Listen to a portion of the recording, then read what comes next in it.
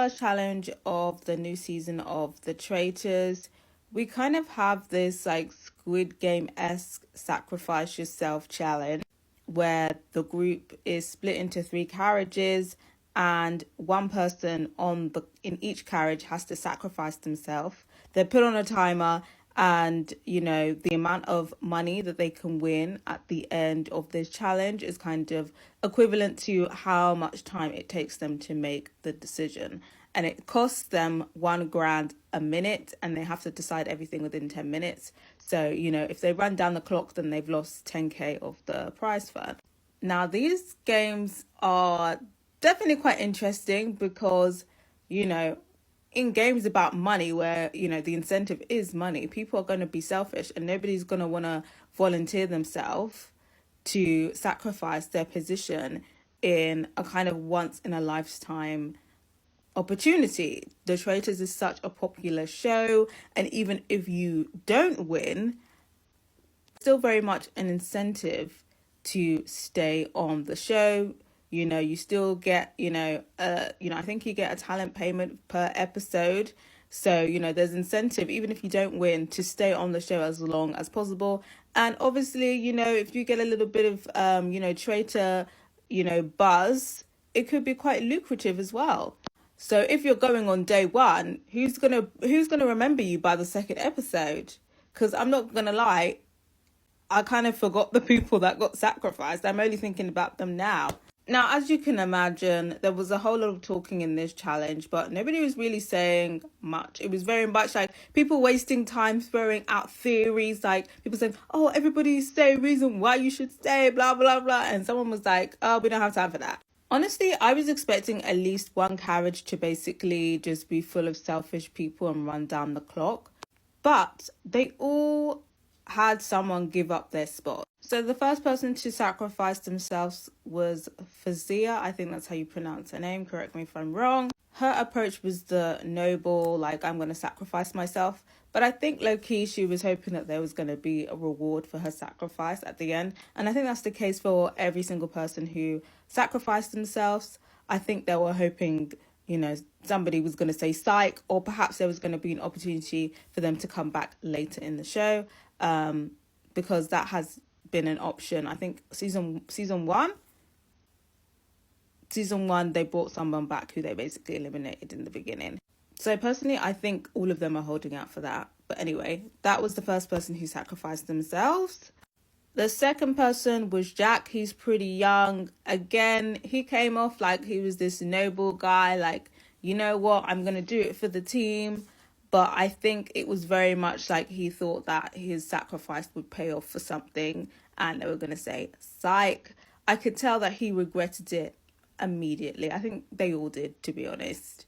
And then the final person to sacrifice themselves was Alexander. Now, this guy definitely put his foot in it.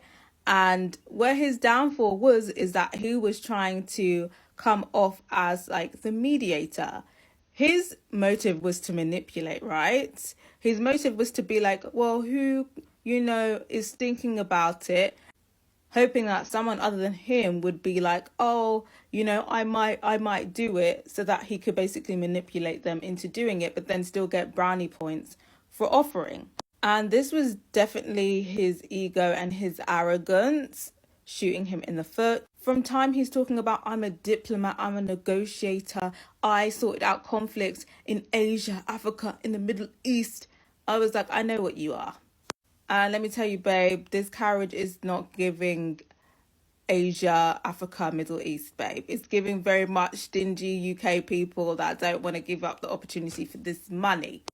So when he basically, half-assed volunteered, hoping that was going to be a ploy to manipulate somebody else into volunteering, everybody was like, oh, wait, you want to volunteer? You want to volunteer? Okay, thanks, mate.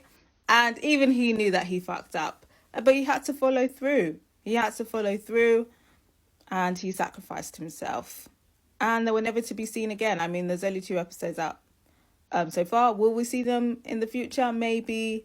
But I don't think so. I think it's redundant now, to be honest, to bring people back. Like, when people forget them, I just think, you took that risk, darling. Yeah.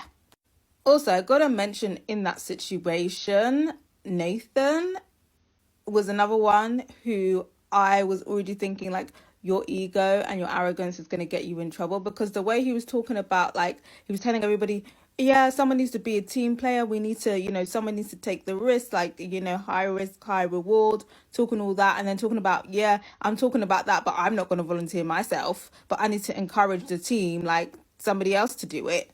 Like, he's this form of master manipulator.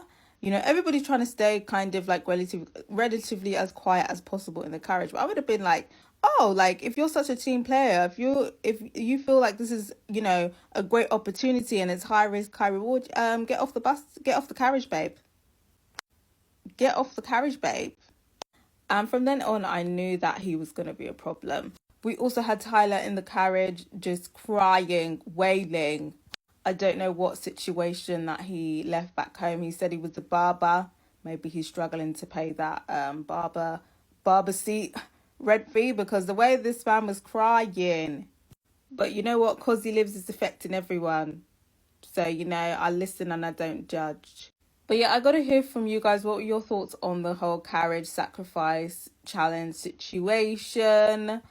Do you feel like Alexander put his foot in it? Do you feel like he should have just kept quiet, like he wasn't slick?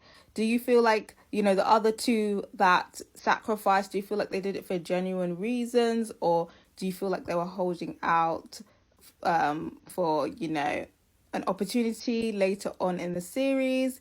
And do you feel like we're going to see them potentially in the future? They're going to be brought back, like maybe like in the middle of the season or something. I gotta hear from you guys.